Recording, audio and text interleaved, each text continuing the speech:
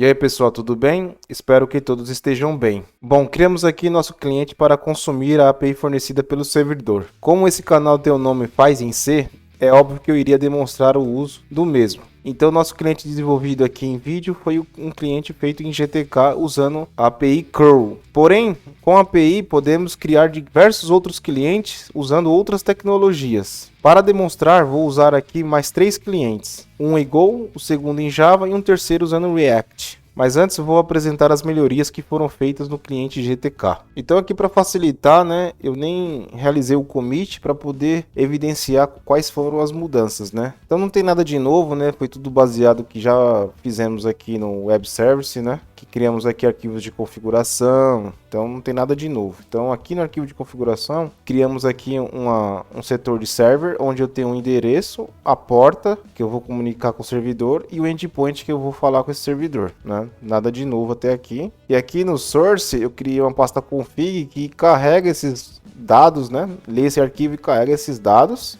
E aqui foi a estrutura que eu criei para poder pegar esses dados aqui, né? Então aqui nada de novo, né? Somente aqui mudei os nomes aqui e atribuição às variáveis aqui, seus respectivos nomes. Aqui no main aqui, né? Realizamos aqui a carga das configurações, verificamos que a carga foi carregada com sucesso e atribuímos aqui nossos argumentos aqui para que a aplicação use, né? Então vindo um pouco mais aqui, eu vou usar esse mecanismo aqui que fica mais fácil. Então esse cara aqui, né, não teve nada de novo, né? Como nós já havíamos visto. São arquivos novos, né? Pode ver que não tem nenhuma mudança aqui, né? É tudo novo. Tudo novo, não tem nada modificado que eu quero dizer, né? Agora no serialize aqui, eu adicionei aqui, eu trouxe o JSON para fora, né? E adicionei mais uma função aqui para deserializar o objeto person, né? E aqui no deserializer, no ponto C, criei aqui uma função de apoio para pegar o size, né, de quantos objetos eu recebi. Então eu criei essa função aqui para ficar mais fácil de realizar aqui a leitura, né. Com o resultado aqui eu crio a lista, isso continua o mesmo. E aqui é onde eu uso essa função de deserializar o objeto person aqui, né. Eu pego aqui e monto o objeto aqui baseado nesse objeto em JSON, né. Eu crio um objeto concreto aqui do meu domínio. Então aqui essa é a função, né. Eu recupero o ID, o nome, o endereço e a idade, crio o objeto e devolvo o objeto. E essa daqui é a função de pegar a quantidade de itens que eu tenho, né? Então, inicializo aqui a mount com 0, percorro toda a lista, incrementando, conforme os objetos vão sendo encontrados, eu vou incrementando aqui e retorno a quantidade encontrada. Vou tomar aqui. E aí eu criei aqui uma abstração aqui interessante aqui do curl request. Então no curl request aqui, eu vou usar aqui o arquivo normal mesmo. No curl request aqui eu criei aqui quais são os métodos que eu uso, né, para fazer as requisições. Criei uma função aqui também para poder facilitar aqui, né, a abstração. E aqui no request eu trouxe aquela função de callback aqui para dentro desse contexto. Criei defines aqui para os nomes put e delete, né, para os métodos put e delete. Criei aqui também essas funções de apoio a essa função curl request, que é uma função pública, né? Então tem essas funções privadas aqui para poder, né, dar auxílio aqui para ter uma melhor legibilidade, né? Uma separação aí de responsabilidade no caso. Então aqui essa função aqui ela vai chamar essas outras funções baseado no método que a gente passa via argumento, e aí essas funções vão configurar o tipo de requisição. Então, diversificar toda aquela cópia lá que nós colocamos lá no arquivo de GTK lá, no Person Client GTK, onde cada requisição, cada tipo de requisição ele chama toda essa implementação, foi concentrada só nesse ponto. Baseado no método, eu faço a parametrização e executo aqui a requisição, né? Esse método aqui, setup aqui, ele só tem a responsabilidade de chamar qual o setup que vai ser realizado baseado no enum aqui, que nós passamos via argumento. E aqui se for o get, né, ele configura aqui a função de callback e configura aqui qual o dado que vai ser usado nessa função de callback. E aqui para post, né, eu passo um dado e aí eu configuro aqui quem vai ser esses dados baseado nessa informação que eu estou passando via argumento. Configuro aqui o size também. No put aqui é a mesma coisa, só que ao invés de ser um post, eu preciso configurar aqui um custom request aqui para falar que ele é um put. Então aí eu passo o put aqui, o nome aqui, e o mesmo aqui para o delete, né? Então é a mesma coisa aqui do que o put, só que vai ser o nome delete. E aí, se a gente for fazer a verificação aqui no arquivo de person client GTK, aí eu adicionei aqui os argumentos, né? Eu adicionei aqui os argumentos e aqui vendo aqui no ponto C, muitas alterações aqui. Eu adicionei aqui também uma URL, né? E o size dela aqui para poder compor lá a informação baseada no arquivo de configuração. Então vemos aqui no cliente GTK. Pode ver que, ó, ou no get, ó, o que eu faço? Faço um call request chamando o método aqui passando na lista. Como o get não usa informações no body, né? Mensagens no body, então eu passo null. E aí eu faço o restante. Mesma coisa para o add, ó, tá vendo? Aí eu pego aqui o objeto, serializo o objeto, obtenho um string. Aí como eu não tenho callback, eu só passo o dado que eu vou enviar. E aí eu passo o método aqui.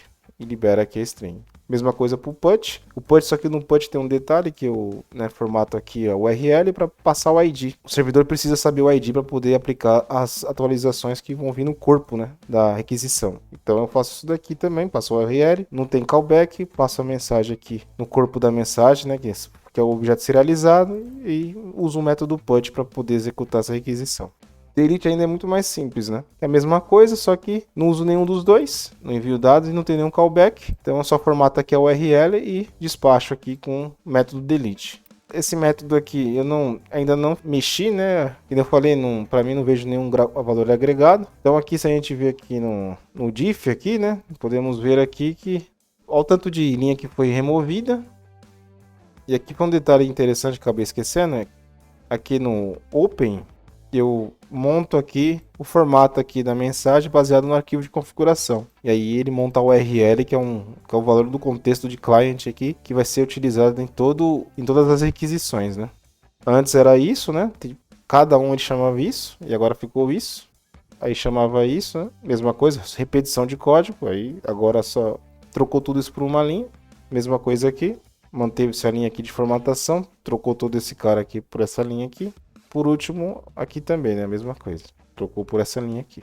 Então essas foram as modificações que foram feitas aqui no nosso cliente para melhorar aqui nossa legibilidade, né? E ter uma melhor organização aqui no nosso projeto, né? O projeto continua funcionando. Se eu rodar ele aqui, se o servidor estiver de pé, né? Obviamente. E aí ele está buscando aqui as informações. Eu vou inserir um dado qualquer aqui. Envia, edito. Editor. Aí se eu querer isso aqui, eu apago. A aplicação continua funcionando. Acho que para o cliente GTK é isso. Agora vamos apresentar os outros clientes, né? Vamos lá. Eu só vou fazer um commit rápido aqui. Refactor. Adicionar todo mundo. Esse botão de sync eu acho que está dando problema. Não, agora foi. Beleza. Fechar tudo aqui. Eu vou abrir aqui um Eclipse. O projeto foi feito em Eclipse. Vou criar aqui cliente aqui. Um launch aqui. Aqui tá vazio, né? Vou fechar. Vou fazer um import. General. Um projeto que existe. Fazer o browser até o projeto.